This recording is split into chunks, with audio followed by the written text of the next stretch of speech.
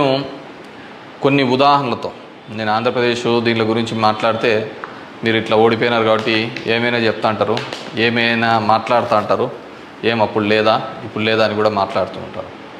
నేను ఇంతకుముందు కూడా చెప్పా, ఏ విధంగా కేవలం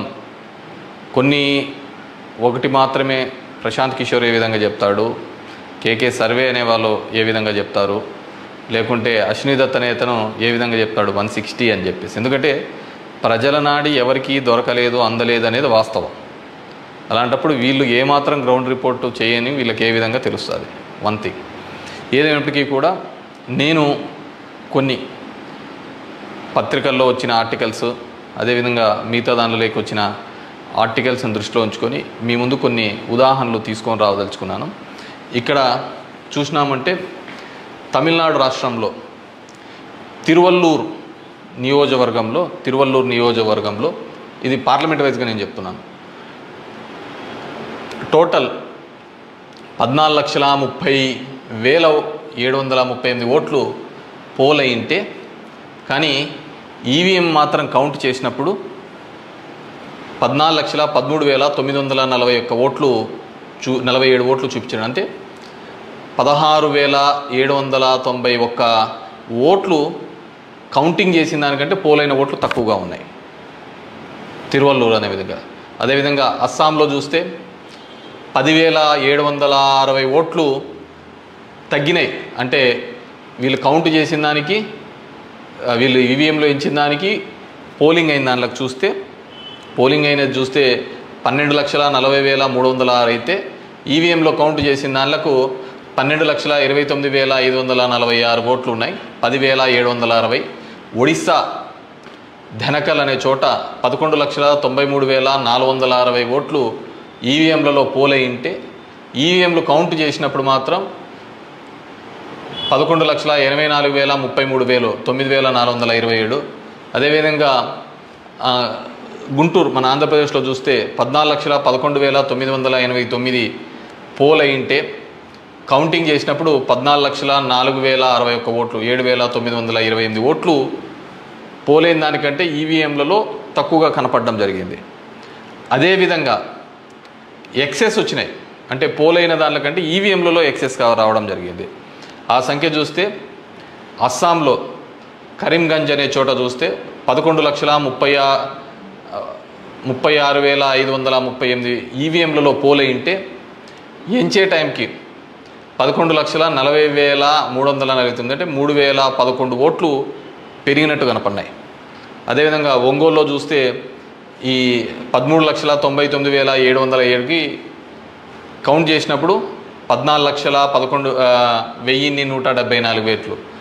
అదేవిధంగా ఒడిస్సా దాంట్లో బలాస్పూర్, మధ్యప్రదేశ్లో మండ్లా, అదేవిధంగా బీహార్లో బుక్సర్, ఇవన్నీ చోట పోలైన ఓట్ల కంటే ఈవీఎంలలో పెరిగిన ఓట్లు ఇవి. అదేవిధంగా ఇక్కడ పోలైన ఓట్ల కంటే ఇక్కడ తగ్గిన ఓట్లు. ఇది ఓవరాల్గా కూడా చెక్ చేసుకుంటే వచ్చిన విషయం. రెండో దానికి చూస్తే టోటల్ ఈ విధంగా చూస్తే దేశవ్యాప్తంగా 140 నియోజకవర్గాల్లో ఈ విధమైన ఓటు డిఫరెన్సెస్ జరిగినట్టు మొత్తం దీనిలో ఫామ్ 17C దీనిలోకి చెక్ చేసిన చోట మనము చూడడం జరిగింది. పైకెత్మ అదేవిధంగా ఈ విధంగా 16,000 ఓట్ల నుంచి ఈ విధంగా చేయడం జరిగింది. మే 25 ఈసీ రిలీజ్ చేసిన దాని ప్రకారము ఒక్క నిమిషం, ఇవన్నీ కూడా చిన్నవి మాక్ ఓటింగ్లలో జరిగినవి ఇవన్నీ అని చెప్పేసి వాళ్ళు చెప్పడం జరిగింది. ఇంకా ఏమంటే ఫామ్ 20 ఇంకా ఇంతవరకు ఆన్లైన్లో కూడా అప్లోడ్ కాలే. మామూలుగా ఇవన్నీ ఆన్లైన్లో అప్లోడ్ కావాల్సిన విషయం. ఎందుకు అవన్నీ చెప్పచ్చు, లక్షల మెజార్టీలలో వస్తున్నప్పుడు ఈ 1000, 2,000, 3,000 ఎందుకు ఈ విధంగా అని చెప్పేసి నేను దానిలో కూడా కొన్ని ఉదాహరణలు చెప్తాను. దీనిలో సంబంధించి చూస్తే మొదటిది ముంబై నార్త్ వెస్ట్ మహారాష్ట్ర దానికి సంబంధించి మొత్తం ఈవీఎంలలో పోలైన ఓట్లు 9,51,580 ఓట్లు మొత్తం పోలైనాయి.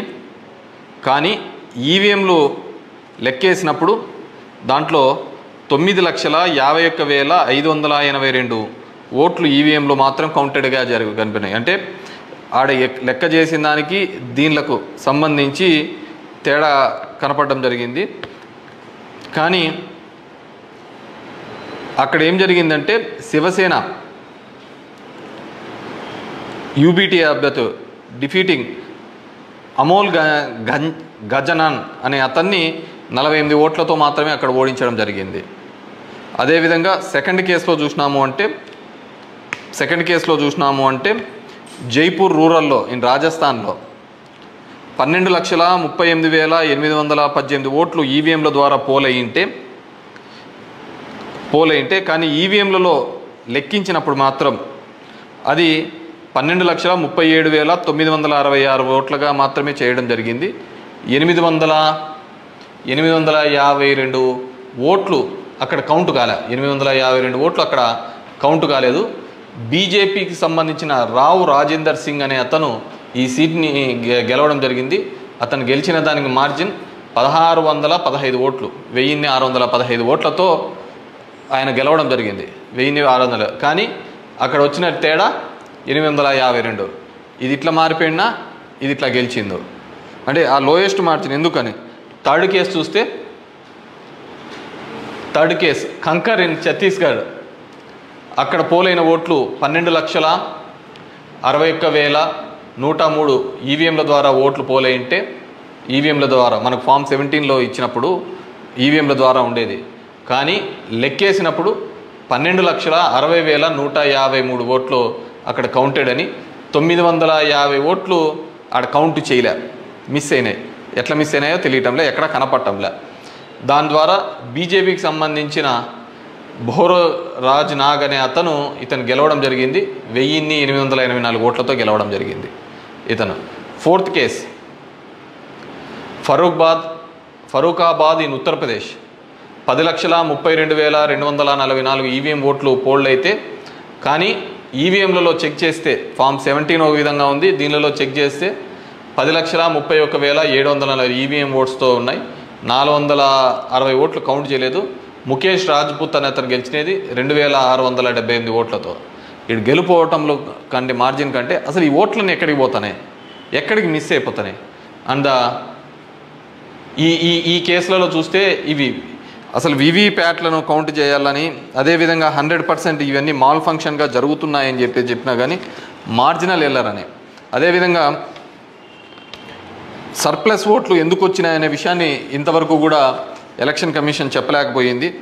అదేవిధంగా పార్లమెంట్ వైజ్గా ఎక్కడ తగ్గినాయి ఏ విధంగా అని చెప్పేసి ఇంతవరకు ఒక స్టేట్మెంట్, ఒక రీజనబుల్ స్టేట్మెంట్ కూడా ఇవ్వలేకపోయింది. ఈవీఎంలలో ప్రతి దానిలోనూ కూడా ప్రతి పార్లమెంటుకు సంబంధించి ఈ విధంగా తక్కువ ఎక్కువ వచ్చినట్టు కూడా వాళ్ళు చూపించలేని పరిస్థితి. ఎందుకంటే ఇది గెలుపోవటంలో సంబంధించిన సమస్య కాదు.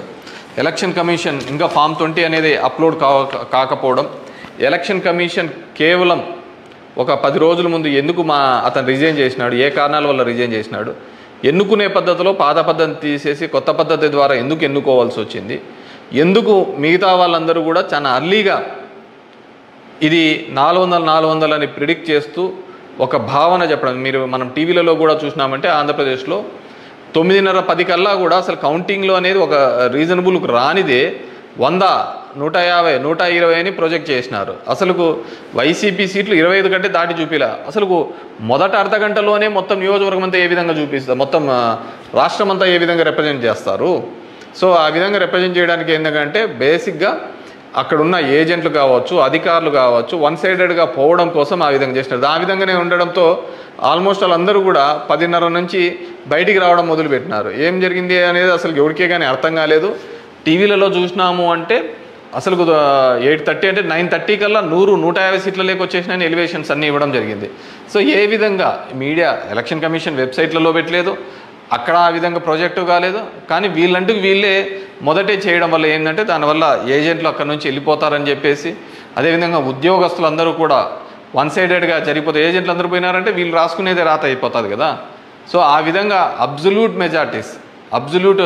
మెజార్టీస్ ఇదైతే అంటది అదేవిధంగా సో ఇదంతా కూడా మనం నిజమైన ప్రజాస్వామ్యంలో దొంగ ఓట్ల మీద ఉన్నామా, లేకుంటే ఈవీఎంలో మిషనరీస్ మీద పనిచేస్తున్నామా, నాకు ఓడిపోయినానని నేను బాధతో కాదుగా చెప్తున్నానని కానీ అందుకే నేను ఆంధ్రప్రదేశ్ స్టేట్ గురించి ఎక్కడ చెప్పలే.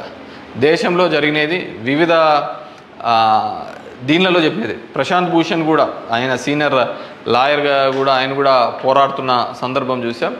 సో ఇది మనం మాట్లాడకపోతే, ఎందుకంటే మేము ఎక్కడైనా ఊర్లలో పోయినా కానీ, ఊరు నుంచి వచ్చినా కానీ, టౌన్లో కానీ మిగతా వాళ్ళన్నా మేము వేసామని చెప్తున్నారు. మరి వేసింటే ఓట్లు ఎక్కడికి పోయినాయి, ఎవరికి పోయినాయి? ఎక్కడి నుంచో వచ్చి 3,000తో గెలుస్తామని చెప్పేసి ధర్మవరంలో 2 నెలల నుంచి చెప్తున్నారు. ఏ విధంగా ఆ ఫిగర్ అచీవ్ అయ్యి 3 నెలల నుంచి చెప్తుంటారు? So it's a big question mark.